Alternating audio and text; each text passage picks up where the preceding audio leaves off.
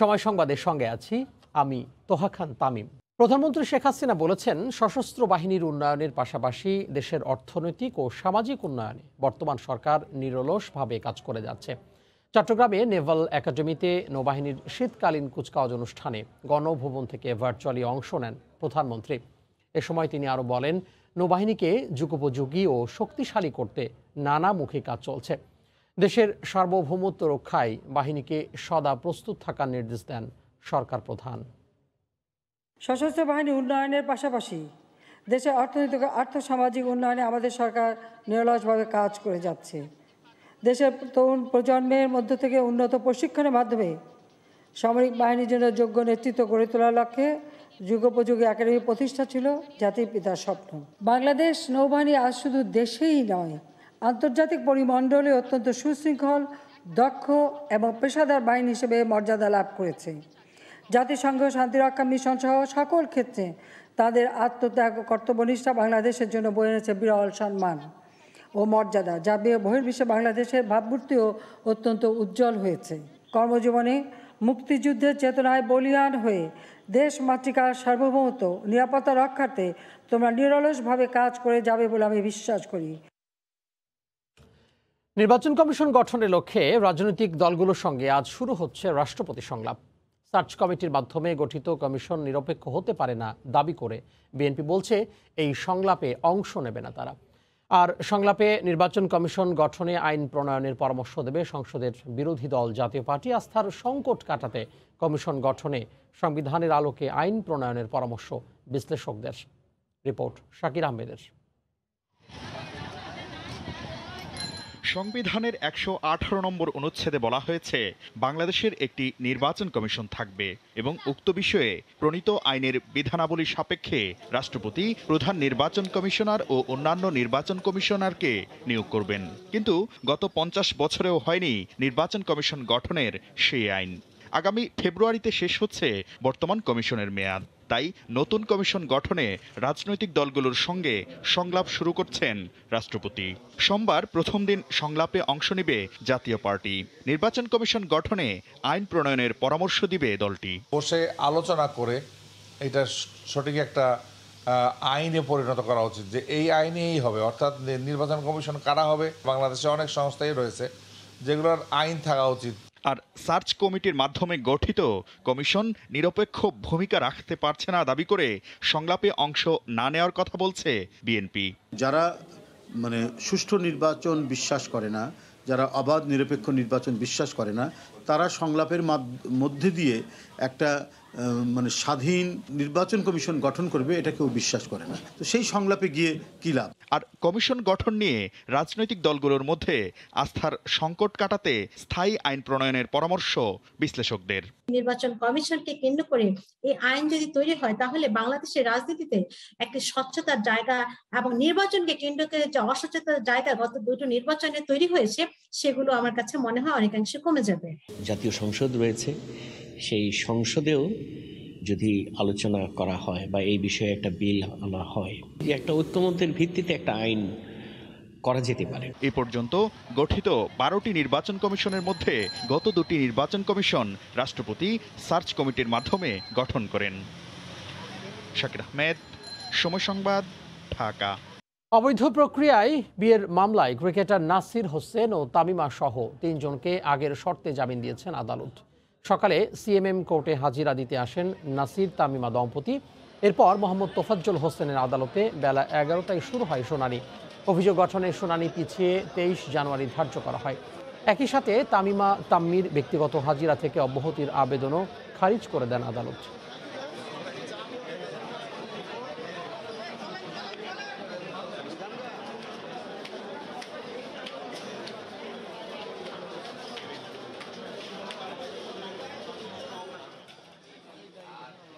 লেনদেনের ভাউচার দেখে এটাই প্রমাণিত হয় ভ্যালির গ্রেফতার এমডি রাসেল ও চেয়ারম্যান অনেক টাকা বিদেশে পাচার করেছেন। হাইকোর্ট গঠিত বোর্ডের 8ম সভা শেষে সময় সংবাদকে এমন ধারণার কথাই জানিয়েছেন বোর্ড প্রধান সাবেক বিচারপতি শামসুদ্দিন চৌধুরী মানিক। এদিকে কোম্পানিটির বর্তমান ব্যবস্থাপনা পরিচালক জানিয়েছেন, আগামী 4 থেকে 6 মাসের আগে এ ভ্যালির পাওনাদারদের ভালো মন্দ কোনো খবর দেওয়াই সম্ভব নয়। কামরুল হাসান সবুজের রিপোর্ট। যত দ্রুত উত্থান ঠিক তেমনই আকস্মিক পতন। ইভেলি বাংলাদেশের ই কমার্স খাতের এমনই এক প্রতিষ্ঠান। শত শত কোটি টাকা প্রতারণার দায়ে বন্ধ এই প্রতিষ্ঠানটির দেনা পাওনার হিসাব মেলাতে বর্তমানে কাজ করছে উচ্চ আদালত নিয়োজিত 5 সদস্যের বোর্ড। ধানমন্ডিতে ইভেলির প্রধান কার্যালয়ে এই বোর্ডের 8ম সভা শেষে প্রতিষ্ঠানটির বর্তমান ব্যবস্থাপনা পরিচালক জানান, ইভেলি আবার চালু করা সম্ভব হবে নাকি বন্ধই হয়ে যাবে সেই আভাস দিতেও লাগবে কমপক্ষে আরও 6 মাস।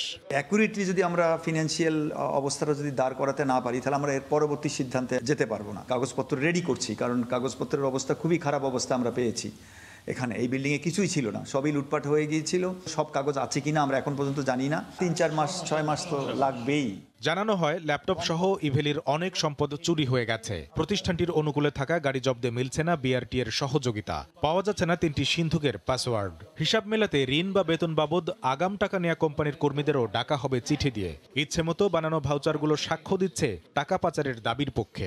অনেক টাকার অনেক ভাউচার আছে, কেন কাকে প্রদান করলো তার কোনো উল্লেখ, কোনো সাপোর্টিং ডকুমেন্ট নেই। এই থেকে আমাদের ধারণা, আগের যে চেয়ারম্যান বা এমডি ছিলেন তারা বিদেশে টাকা পাচার করেছেন। তদন্তে যদি দেখা যায় টাকা পাচার হয়েছে, জানা যায় যে কোন দেশে পাচার হয়েছে, কত পাচার হয়েছে, তখন আমরা এই বাংলাদেশ ফাইন্যান্সিয়াল ইন্টেলিজেন্স ইউনিটের মাধ্যমে চেষ্টা করব সেই টাকা ফিরিয়ে আনতে। কিন্তু সেটা কিন্তু সহজ ব্যাপার নয়। তবে পাওনাদারদের কাগজপত্র যত্নে রাখার পরামর্শ দিয়েছেন বোর্ড সদস্যরা, যেন দরকারি মুহূর্তে তা সহজে তারা উপস্থাপন করতে পারেন। সব মানুষের কাছে আমাদের অনুরোধ হলো কাগজগুলো আপনারা রাখবেন। কামরুল হাসান সবুজ, সময় সংবাদ, ঢাকা। বিআরটিএর নীতিমালার আলোকে ব্যাটারি চালিত যানবাহনে লাইসেন্স দেওয়ার দাবিতে বরিশালে বিক্ষোভ করছেন চালক ও শ্রমিকরা। সে খবর জানাতে সদরডি এলাকায় আছেন রিপোর্টার অপূর্ব অপু। আমরা সরাসরি যুক্ত হব তার সঙ্গে। অপু,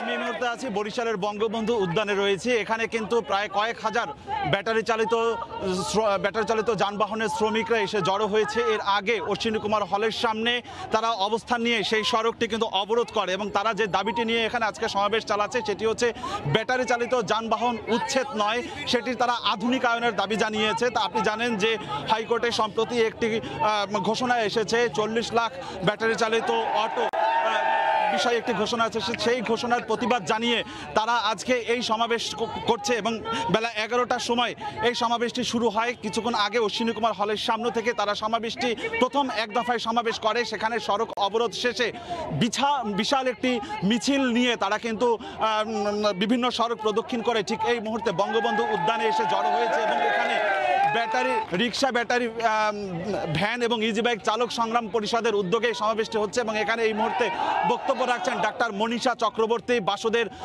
সদস্য সচিব এবং বাসদের আহ্বায়ক ডাক্তার ইমরান হাবিব রুমন, প্রকৌশলী ইমরান হাবিব রুমন কিন্তু এই মুহূর্তে বক্তব্য চালাচ্ছে এবং ঠিক এই মুহূর্তে আপনি দেখতে পাচ্ছেন যে বিশাল সংখ্যক শ্রমিকরা কিন্তু তারা উপস্থিত হয়ে তারা তাদের দাবি সরকারের কাছে তুলে ধরার চেষ্টা করছে। তারা যেটি বলছে, সংগ্রাম পরিষদের প্রস্তাবনা যুক্ত করে বিআরটি এর প্রস্তাবিত 3 হুইলার এবং সমজাতীয় মোটরযানের সুষ্ঠু ব্যবস্থাপনা করার তারা একটি যে নীতিমালা সরকার করেছে, বিআরটি এর 2021-এর চূড়ান্ত এবং দ্রুত নিবন্ধন করা সহ রুট পারমিট এবং লাইসেন্স প্রদান করবার তারা দাবি জানাচ্ছে। যদিও বা এই দাবির বিষয়ে আমরা স্থানীয় প্রশাসনের পক্ষ থেকে এখন পর্যন্ত কোনো কিছু আমরা জানতে পারিনি। স্থানীয় প্রশাসন বলছে যে তারা এই সংগ্রাম পরিষদের সাথে তারা স্থানীয়ভাবে বসবেন এবং বসে এ বিষয়ে আরও বিস্তারিত কথা বলবে এবং ঠিক সমাবেশটি কিন্তু বেলা 11টার সময় অশ্বিনী কুমার হলের সামনে শুরু হয়েছিল এবং দীর্ঘক্ষণ সেখানে কিন্তু সড়ক অবরোধ করেছে এবং বরিশাল শহর আজকে তীব্র যানজটে পরিণত হয়েছে গেল 1 থেকে 1.5 ঘন্টা এবং সেই 1 থেকে 1.5 ঘন্টার যানজটে কিন্তু মানুষ এক ধরনের ভোগান্তিতেও পড়েছে। আমরা সেটি শহরের মধ্যে দেখেছি। কিন্তু এখানে যারা শ্রমিকরা রয়েছে তারা তাদের বেশ কিছু দাবি নিয়ে এখানে জড়ো হয়েছে। তারা বলছে যে প্রায় 50 লক্ষ পরিবারের রুটি রুজি তাদের উপর নির্ভর করছে এবং এই 50 লক্ষ যে মানুষের জীবন জীবিকা কিভাবে নির্ভর করবে তার একটি সুষ্ঠু ব্যবস্থাপনা করে সরকার তারপর এই ব্যাটারি চালিত যানবাহনের উচ্ছেদ নয়, তারা এর আধুনিকায়নের মাধ্যমে একটি সুষ্ঠু ব্যবস্থাপনার মাধ্যমে যান চলাচলের খুলে দেওয়ার দাবি জানিয়েছে। তো বরিশালের বঙ্গবন্ধু উদ্যান থেকে আমার কাছে যে খবরাখবর ছিল, তো আপাতত এতটুকুই। তামিম। বিআরটির নীতিমালার আলোকে ব্যাটারি চালিত যানবাহনে লাইসেন্স দেওয়ার দাবিতে বরিশালে বিক্ষোভ করছেন চালক ও শ্রমিকরা। আর সে খবর জানাতে সদর এলাকা থেকে যুক্ত হয়েছিলেন সহকর্মী অপূর্ব অপু। মৃদু থেকে মাঝারি শৈত্যপ্রবাহ বইছে দেশের উত্তরাঞ্চল সহ বিভিন্ন জেলায়। এতে ভোগান্তিতে পড়েছেন নিম্ন আয়ের মানুষ। দেশের সর্বনিম্ন তাপমাত্রা পঞ্চগড়ে তেঁতুলিয়ায় 9.4 ডিগ্রি সেলসিয়াস রেকর্ড করেছে আবহাওয়া অফিস। জেলা প্রতিনিধিদের পাঠানো তথ্য ছবি নিয়ে রিপোর্ট। ঘড়ির কাঁটায় দিন নির্দেশ করলেও রাজশাহী এবং পঞ্চগড়ে সূর্যের দেখা নেই অনেকটা সময়। দেখে বোঝারও উপায় নেই বেলা ঠিকই গড়িয়েছে। আমার কাজ কাম নাই, ঠান্ডা আমরা খুব খারাপ দিনকাল। প্রচন্ড শীত, এই শীতে তো ওরকম কামাই রুজি নাই এবং পেটের তাগিদের জন্য বাইরে হইতে হচ্ছে। কয়েকদিন থেকে খুব ঠান্ডা, এত 2-3 বছর থেকে কম্বল হয় না, এটা কম্বল লাস্টে কিনে নিলাম। সোমবার সকাল 6টায় তেঁতুলিয়ায় সর্বনিম্ন তাপমাত্রা 9.4 ডিগ্রি সেলসিয়াস রেকর্ড করা হয়েছে। আগামী সপ্তাহে মৃদু শৈত্যপ্রবাহ বয়ে যাওয়ার ইঙ্গিত দিল আবহাওয়া অফিস। গত কয়েকদিন এখানে সর্বনিম্ন তাপমাত্রা 9 থেকে 10-এর মধ্যে বিরাজ করতেছে এবং আগামী সপ্তাহের মধ্যে তাপমাত্রা আরও কমে যেতে পারে এবং মৃদু শৈত্যপ্রবাহ আসতে পারে। ঘন কুয়াশার প্রভাব না থাকলেও শৈত্যপ্রবাহে জবুথবু ঠাকুরগাঁয়ের জনজীবন। খুব একটা প্রয়োজন না হলে ঘর ছেড়ে বের হচ্ছেন না অনেকে। একটু উষ্ণতার খোঁজে ভিড় জমে মোড়ের চায়ের দোকানে। ঠান্ডা এই শীতে এটা মানতেছে না, প্রচুর ঠান্ডা। এত ঠান্ডা বেড়ে যাচ্ছে, আমাদের চলাফেরার ভীষণ অসুবিধা হচ্ছে। কুয়াশায় হাত পা কোকড়া হয়ে যাচ্ছে, এতে খুব কষ্ট হচ্ছে। চুয়াডাঙ্গাতেও বইছে কনকনে হিমেল বাতাস। কাজের খোঁজে বের হয়ে দুর্ভোগে পড়েন ছিন্নমূল মানুষ। করোনা স্থবিরতার পাশাপাশি পরিবহন শ্রমিক ধর্মঘটের অস্থিরতার পরও কন্টেইনার ও কার্গো হ্যান্ডলিংয়ে রেকর্ড গড়েছে চট্টগ্রাম বন্দর। গত বছরের তুলনায় 3 লাখ কন্টেইনার এবং 1 কোটি মেট্রিক টনের বেশি পণ্য হ্যান্ডেলিং করে এর কৃতিত্ব অর্জন করে। এছাড়া বেড়েছে পণ্যবাহী জাহাজ আসার সংখ্যাও। এই সাফল্য ধরে রাখতে জেটি এবং ইয়ার্ড বাড়ানোর বিকল্প নেই বলছেন বন্দর ব্যবহারকারীরা। সাক্ষাৎপুর ক্যামেরায় বিস্তারিত কমলদের রিপোর্টে। চলতি বছরের মাঝামাঝিতে করোনার দ্বিতীয় ঢেউ মোকাবেলায় যখন বিশ্বজুড়ে স্থবিরতা চলছিল, তখন বাংলাদেশের অর্থনীতির চাকাকে গতিশীল রাখতে পুরোদমে সচল ছিল চট্টগ্রাম বন্দর। বছর শেষ হওয়ার আগেই মিলেছে এতে সফলতা। কন্টেনার ও কার্গো হ্যান্ডেলিংয়ের পাশাপাশি জাহাজ আসার ক্ষেত্র গড়েছে নতুন রেকর্ড। 19 ডিসেম্বর পর্যন্ত কন্টেনার হ্যান্ডেলিং হয়েছে প্রায় 31 লাখ টিউএস, যা গত বছর ছিল 28,39,000 টিউএস। বিভিন্ন রকম প্রতিকূলতা আমাদেরকে সামাল দিতে হয়, তারপরেও আমরা সবসময় চেষ্টা করে যাচ্ছি যেন সবার সাথে, সব ইউজারদের সাথে, সব স্টেক হোল্ডারদের সাথে সার্বক্ষণিক সমন্বয় করে চট্টগ্রাম বন্দরের কার্যক্রমকে এগিয়ে নিয়ে যাওয়া। কার্গো হ্যান্ডেলিং এর ক্ষেত্রে নতুন উচ্চতায় স্থান করে নিয়েছে চট্টগ্রাম বন্দর। গত বছর এই বন্দর 10,32,00,000 মেট্রিক টন পণ্য হ্যান্ডেলিং করলো। এবার বছর শেষ হওয়ার আগে তা 11,26,00,000 ছাড়িয়েছে। তবে বন্দরের সক্ষমতা বাড়াতে বাড়তি জেটি এবং ইয়ার্ডের চাহিদা রয়েছে ব্যবসায়ীদের। 60 বিলিয়নের টার্গেট যদি সক্ষমতা যদি করতে হয়, তাহলে কিন্তু বন্দরকে আরও বেশি এফিসিয়েন্টলি কাজ করতে হবে। মাল হ্যান্ডেলিং করার জন্য যে ইকুইপমেন্টগুলি এনেছে তার আমরা মনে করি আরও মডার্ন ইকুইপমেন্ট আনতে হবে, সাথে বন্দরে কিছু জেটি বাড়াতে হবে। এই বছরই প্রথম চট্টগ্রাম বন্দরে পণ্যবাহী জাহাজ আসার সংখ্যা 4,000 অতিক্রম করেছে। তবে জাহাজের গড় অবস্থান সময় কমাতে বার্থ অপারেটরের সংখ্যা বাড়ানোর দাবি জানিয়েছেন শিপিং এজেন্টরা। যে শোর হ্যান্ডলিং অপারেটর ওরা কিন্তু বাড়েনি, এটা অনেক দিন থেকে, সেই 7 সালের পর থেকে আর একজনও বৃদ্ধি হয়নি। কিন্তু যেভাবে কাজের গতি বাড়ছে, যেভাবে বন্দর বাড়ছে, বে টার্মিনাল বাড়ছে, পতেঙ্গা বাড়ছে, সেভাবে কিন্তু ওদেরকেও বাড়াতে হবে। আন্তর্জাতিক শিপিং ম্যাগাজিন লয়েডসের তালিকায় বিশ্বের 100টি ব্যস্ততম বন্দরের মধ্যে চট্টগ্রাম বন্দরের অবস্থান 64তম। বৈশ্বিক তালিকায় এই বন্দর পিছিয়ে রয়েছে। আর এক্ষেত্রে দক্ষতা এবং সক্ষমতা বাড়িয়ে আধুনিক বন্দর করার কথা বলছেন বন্দর ব্যবহারকারীরা। চট্টগ্রাম বন্দর থেকে কমল দে, সময় সংবাদ। বরিশাল মেরিন একাডেমির নিজস্ব ক্যাম্পাসে পথ চলা শুরু হতে যাচ্ছে আগামী জানুয়ারিতে। 70 শিক্ষার্থী নিয়ে শুরু হচ্ছে পাঠদান। পড়াশোনা শেষে চাকরির সুবাদে দেশ বিদেশ ঘুরে বাংলাদেশের নাম উজ্জ্বল করতে চান শিক্ষার্থীরা। আর মেরিন কর্তৃপক্ষ জানিয়েছে দক্ষ জনবল করতে তারা প্রস্তুত। সুজয় দাসের ছোলা ছবিতে অপূর্ব রিপোর্ট। বিশাল সমুদ্রের বুকে ভেসে বেড়ানোর রোমাঞ্চকর স্বপ্ন দেখেন অনেকেই। তার উপর এই ভেসে বেড়ানো যদি হয় উপার্জনের ক্ষেত্র, তাহলে তো সোনায় সোহাগা। সমুদ্রের বিশাল বুকে জাহাজে ক্যাপ্টেন বা চিফ ইঞ্জিনিয়ার হিসেবে ক্যারিয়ার গড়ার সুযোগ শুধু মেরিন ইঞ্জিনিয়ারিংয়ে পড়াশোনা করেই পাওয়া যায়। এক্ষেত্রে দক্ষ কর্মী তৈরির লক্ষ্যে বরিশাল মেরিন একাডেমির নিজস্ব ক্যাম্পাসে 2022 সালের জানুয়ারি থেকে একাডেমিক কার্যক্রম শুরু হতে যাচ্ছে। ইতিমধ্যে ভর্তি হয়েছেন 70 জন শিক্ষার্থী। তারা জানান, রোমাঞ্চকর জীবন বেছে নিতেই ক্যারিয়ার হিসেবে মেরিনে পড়াশোনার আগ্রহ তাদের। দেখেছি যে মেরিনে একটা সুযোগ আছে যে ইন্টারন্যাশনাল ক্যাডেট হওয়া যায়। দেন আমি ট্রাই করেছি, বেস্ট ট্রাই করেছি, দেন আলহামদুলিল্লাহ আমি ঠিক আছি। নাবিকদের যে লাইফটা খুবই অ্যাডভেঞ্চারাস একটা লাইফ, তো এটা আসলে লিড করার স্বপ্ন অনেকেই দেখে, সবাই বাস্তবায়ন করতে পারে না। যেমন আমাদের মধ্যে অনেকেই পরীক্ষা দিয়েছে কিন্তু সবাই আসতে পারেনি। তো আসলে এদিক দিয়ে অ্যাডভেঞ্চারের চিন্তা করেই এই প্রফেশনটা চয়েস করা। আর সন্তানের সাফল্য চেয়ে দেশের সুনাম বৃদ্ধি করার আশা অভিভাবকদের। যে স্বপ্নটা ছেলের মাধ্যমে বাস্তবায়িত করার জন্য আমার একটা ইচ্ছা। গ্র্যাজুয়েশন করে বা পোস্ট গ্র্যাজুয়েশন করে যদি ভবিষ্যতে ভালো করতে পারে তাহলে আমাদের দেশের জন্য কাজ করবে।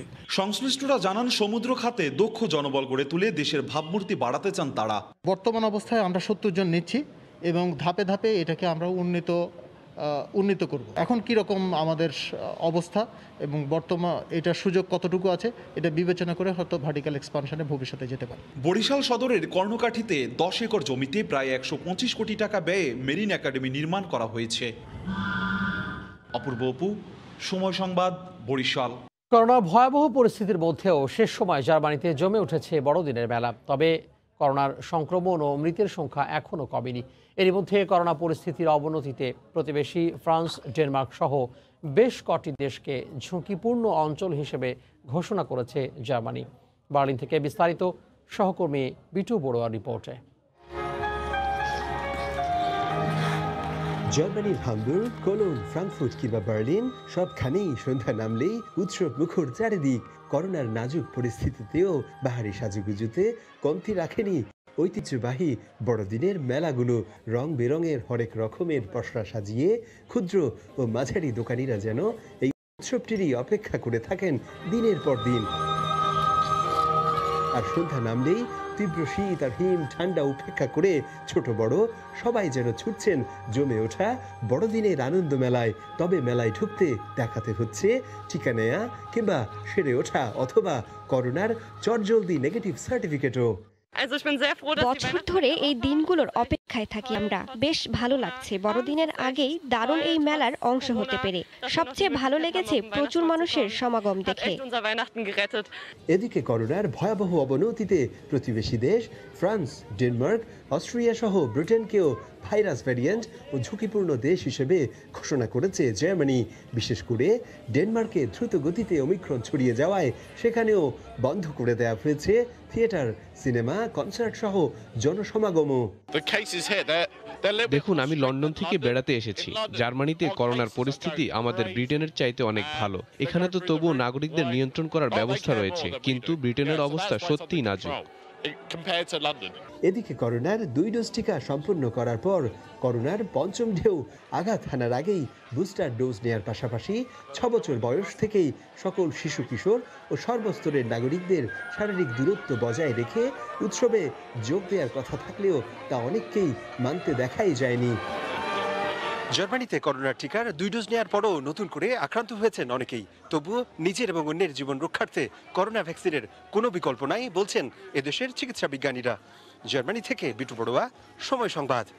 বঙ্গভবন থেকে গণভবন, সব জায়গায় সবার পছন্দের খাবারের তালিকায় কিশোরগঞ্জের ঐতিহ্যবাহী খাবার পনির।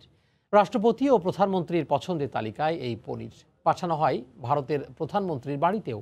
এরই মধ্যে জেলার ব্র্যান্ডিং পণ্য হিসেবে স্থান পেয়েছে অষ্টগ্রামের এই পনির। কিশোরগঞ্জ থেকে নূর মোহাম্মদের তথ্য ও মোহাম্মদ শরীফুল ইসলামের ছবি নিয়ে রিপোর্ট।